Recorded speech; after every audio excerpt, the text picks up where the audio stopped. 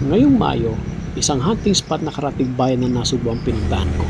Isang lugar sa Tuwi, Batangas, hindi ko expected magandang hunting spot pala. Parang lumang tulay ito no? Opo. Malawak, malinis, malakas ang agos. At dito ko nakilala ang isa nating ka-office, si Cedric de Guzman. Marami po talaga doon at saka marami po mga kwento doon na sobrang lalaki po daw ng mga isda at mga nahuhuli po doon. Gano'n nakarami nahuli mo doon? Kasi may pinakita ka sa akin litrato eh. Siguro, marami na, hindi na ho rin masabi. Gawa ng matagal na rin ho ako nangingisda.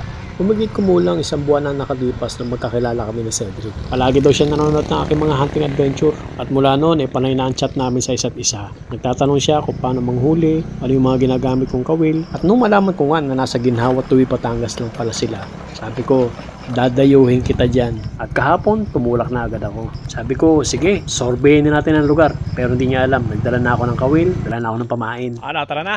Tara na. Ito ang unang araw ng aming hunting. Hindi kalaliman ng mga spot, pero sa unang tingin ko pa lang, sigurado ako, may mga igat dito. Sinadya ko talagang kaunti lang ang dalhin tilapia. Mas mapisa kasi pag ang pinain mong tilapia ay manggagaling sa ilog na pangulian mo ng igat. Sanay mandala si Cedric, kaya wala akong problema sa tilapia.